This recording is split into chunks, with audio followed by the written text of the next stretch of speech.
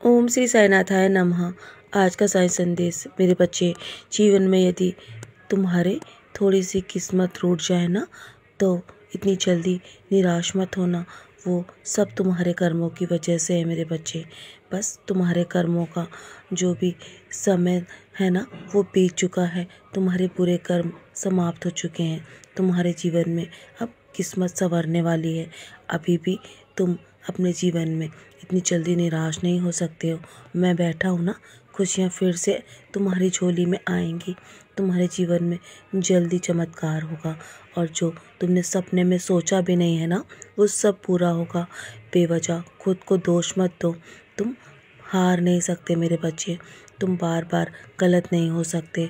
बस तुम अपने कर्म करते रहो और अपने कर्मों पर ध्यान दो। जीवन में हमेशा अच्छे कर्म करो और अपने कर्मों को कभी भी बुरा मत कहो। बस तुम अपने कर्मों में हमेशा मुझे याद रखो। जब भी तुम कुछ भी करो ना, बस ये याद रखो कि मुझे सब कुछ समर्पित करना है।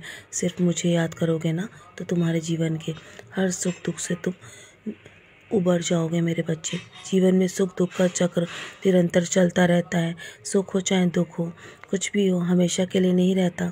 इसलिए सुख में हमेशा हमेशा होश में रहना मेरे बच्चे। और जब भी दुख आए ना, तो हमेशा संयम बरतना। कभी भी अपने संयम को मत खोना। हमेशा याद रखना, मुझ पे रखा गया तुम्हारा विश्वास कभी भी मैं टूटने नहीं दूंगा। जीवन में हर परिस्थिति में लड़ने में मैं तुम्हारी मदद करूंगा, तुम्हारा हौसला बढ़ाऊंगा, तुम्हें शक्ति प्रदान करूंगा मेरे बच्चे। बस जीवन में हमेशा श्रद्धा और सबूरी बनाए रखना। जितनी भी कठिनाई आए, उदास मत होना, क्योंकि कठिन रोल भी हमेशा सबसे अच्छे एक्टर को दिया जाता है। इसलिए यदि तुम हार रहे हो ना, तो बस यही बात याद रखना, जीवन में मैं हमेशा तुम्हारे साथ हूँ और मैं कुछ भी कर सकता हूँ तुम्हारे जीवन में। इसलिए कभी भी किसी भी पल भी चमत्कार हो सकता है तुम्हारे जीवन में, और वो समय तुम्हारे जीवन में बहुत नज़दीक है। मैं तुम्हारे जीवन में आया हूँ ना, तो जीवन भर रहूँगा। अगर मैं तुम्हें दिखाई नहीं देता ना, तो इसका मतलब ये नहीं है कि मैं तुम्हारे साथ नहीं हूँ। मैं हमेशा किसी न किसी रूप में तुम्हारे साथ रहता हूँ मेरे बच्चे। मैं हमेशा तुम्हारी प्रार्थनाओं को सुनता हूँ। बस तुम्हारी प्रार्थनाएं शब्दों से नहीं, बल्कि साफ दिल से होनी चाहिए। और मैं तुम्हारी हर प्रार्थना का जवाब भी देता हूँ, और मैं तुम्हारी हर प्रार्थना स्वीकार करता हूँ, क्योंकि मैं उनकी भी सुनता हूँ जो बोल नहीं सकते मेरे बच्चे। और तुम्हें जो चाहिए ना, मुझसे रोज़ प्रार्थना के ज़रिए तुम मुझसे कहते हो ना, मैं सब सुन रहा हूँ मेरे बच्चे। और मैं तुम्हारी हर प्रार्थनाओं को कबूल कर चुका हूँ। तुम्हारी हर प्रार्थना का समय आ चुका है कि तुम्हें अपनी हर प्रार्थनाओं को साकार करने का समय मैं तुम्हारे जीवन में आ चुका हूँ मेरे बच्चे।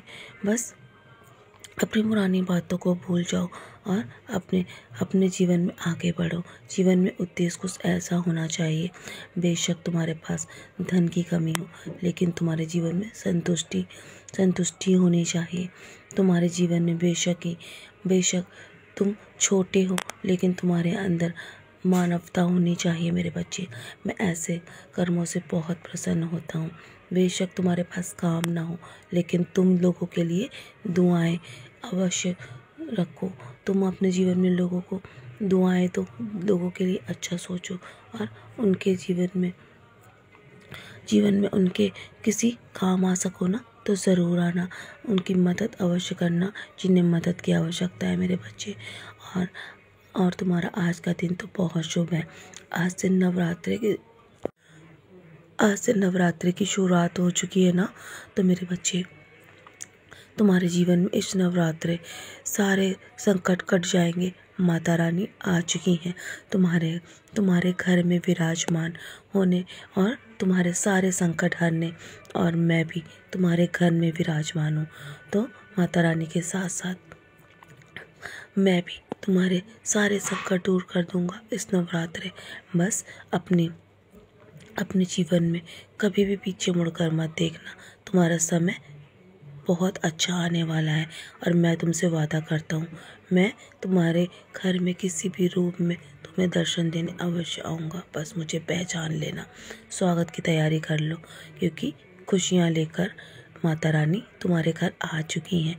तो चलो मुस्कुरा कर अपने आज के दिन की शुरुआत करो और सदा ऐसे ही मुस्कुराते रहो। तुम्हारे जीवन में शुभ समय शुरुआत हो चुकी है मेरे बच्चे, और मैं किसी भी रूप में तुम्हारे घर में आ रहा हूँ। तुम खुद से हार मत मानना, तुम्हारे पीछे मैं खड़ा हूँ। तो चलो मुस्कुराओ और आज के दिन की शुरुआत करो और सदा ऐसे ही मुस्कुराते रहो मेरे प्यारे बच्चे।